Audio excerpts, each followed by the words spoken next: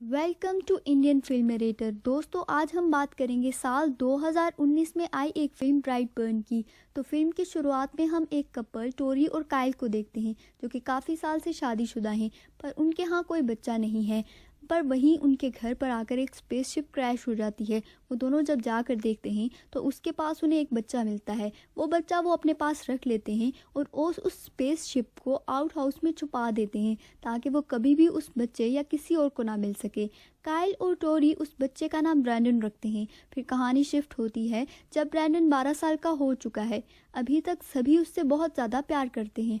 Brandon अपने school का सबसे होनहार बच्चा था, पर यहाँ पर ब्रैंडन के बिहेवियर में थोड़ा थोड़ा बदलाव आने लगता है।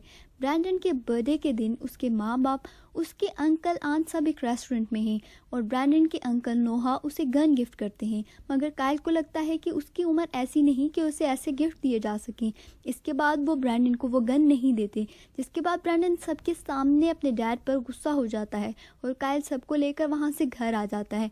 मगर घर पे भी ब्रैंडन काफ़ी नाराज़ रहता है।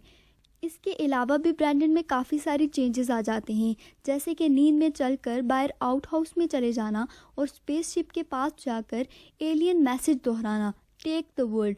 और एक दिन खाते खाते वो फोक को टेढ़ा कर देता है। इसके बाद हमें और ब्रैंडन को पता चल जाता है कि उसके अंदर सुपर ह्यूमन वाली पावर्स हैं। इसके बाद हम देखते हैं कि ब्रैंडन को अपनी क्लास की एक लड़की कैटलिन पसंद आ जाती है और वो रात में उसके घर जाता है और उसे देखता है।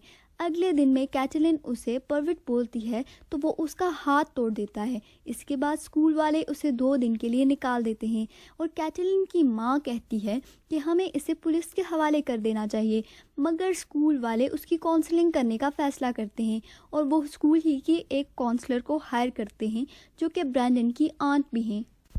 इसके बाद रात में फिर ब्रैंडन नींद में चलता हुआ स्पेसशिप के पास पहुंच जाता है और वही एलियन मैसेज दोहराने लगता है, टेक द वर्ल्ड। और ये सब करते हुए टोरी उसे देख लेती है। फिर टोरी को आज सब कुछ बताना पड़ता है ब्रैंडन को कि उसे गोद नहीं लिया गया, बल्कि वो इस स्पेसशिप से उन्हें मिला था।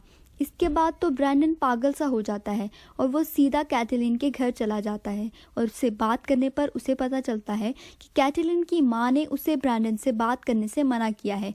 इसके बाद ब्रैंडन वहाँ से निकलकर उसके रेस्टोरेंट में चला जाता है, जहाँ पर कैटलिन की माँ काम करती है और वो उसे बहुत बेरहमी से मार देता है।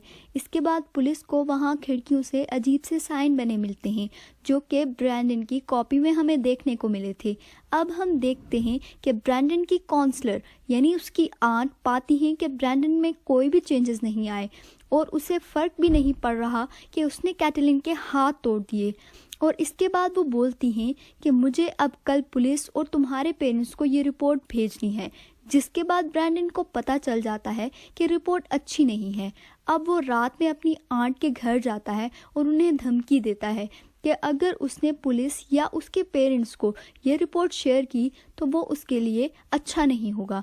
इसके बाद उसकी आंट उसे घर जाने के लिए बोलती हैं और उसको गुस्सा आ जाता है कि उसकी आंट को उसकी बातों से कोई भी फ़र्क नहीं पड़ रहा और वो सीधा अंदर आने लगता है। इसके बाद वहाँ उसके अंकल नोहा आ जाते हैं और वो उसे पकड़कर उसके घर ले जा रहे होते हैं। तभी रास्ते में ब्रैंडन उनकी कार को पटक कर उन्हें मार देता है और फिर वहाँ पर भी वही साइन बना देता है। अगले दिन उसके माँ बाप उसे नोहा की डेथ के बारे में बताते हैं, मगर ब्रैंडन पर कोई फ़र्क नहीं पड़ता, जिसके बाद उसके पेरेंट्स काफ़ी हैरान हो जाते हैं। इसके बाद वहाँ पर उसकी आंट आती हैं और वो टोरी को बताती हैं कि कल रात ब्रैंडन उनके घर आया था और उसे धमकी दी थी और नोहा उसे ही छोड़ने के लिए घर आ रहा था। इसके बाद उसकी डेथ हो गई। पर काइल का शक कंफर्म हो जाता है और वो ब्रैंडन के कमरे में तलाशी लेने के लिए जाता है, जहाँ पर उसे एक टी शर्ट मिलती है जिस पर नोहा का खून लगा होता है। इसके बाद काइल अब डिसाइड करता है कि वो ब्रैंडन को मार देगा इससे पहले कि वो दुनिया के लिए खतरा बने। वो उसे शिकार पर ले जाता है और अपनी राइफल से ब्रैंडन पर फायर कर देता है, मगर गोली ब्रैंडन के सर पर लगकर बाउंस हो जाती है और इसके बाद ब्रैंडन गुस्से में आ जाता है और वो अपनी आंखों से आग निकालता है और उससे काइल को मार देता है। इसके बाद हम देखते हैं कि दूसरी तरफ घर पर पुलिस वाले आते हैं और वो टोरी को एक साइन दिखाते हैं जो कि उन्हें नोहा के डेथ स्पॉट से भी मिला है और एरिका के डेथ स्पॉट से भी यही साइन मिला है। टोरी उसे पहचान जाती है क्योंकि उसने ब्रैंडन की कॉपी में वैसे ही साइन देखे थे, मगर वो पुलिस को कहती है कि मैंने ऐसे साइन आज से पहले कभी नहीं देखे। अब टोरी भी समझ जाती है कि सारी मौतों के पीछे ब्रैंडन ही है।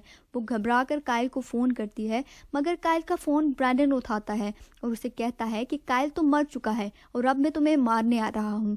टोरी डर जाती है और पुलिस को बुला लेती है। ब्रैंडन टोरी के सामने ही पुलिस वालों को मार देता है। इसके बाद वो टोरी को पकड़कर हवा में काफ़ी ऊपर ले जाता है और वहाँ से छोड़ देता है और टोरी की मौत हो जाती है। और फिर वहाँ ऊपर ही हवा में एक पैसेंजर प्लेन होता है जिसको ब्रैंडन अपने घर के ऊपर क्रैश करवा देता है। इसके बाद न्यूज़ में आता है कि एक प्लेन क्रैश होने की वजह से बहुत से लोग मर गए हैं, जिसमें टोरी और काइल भी हैं, मगर किस्मत से ब्रैंडन बच गया है। इसके साथ यहीं पर मूवी ख़त्म होती है और मार्वल और डीसी यूनिवर्स की तरह यहाँ पर पोस्ट क्रेडिट सीन दिखाया जाता है जिसमें पता चलता है कि ब्रैंडन ने काफ़ी तबाही मचाई हुई है और आसपास के शहरों में भी वो हमला कर रहा है। इसके साथ साथ इवल सुपर हीरोज़ के बारे में भी पता चलता है और इस फिल्म को देखकर हमें लगता है कि अभी इस फिल्म के और भी पार्ट्स आएंगे। तो हमारे साथ जुड़िए रहिए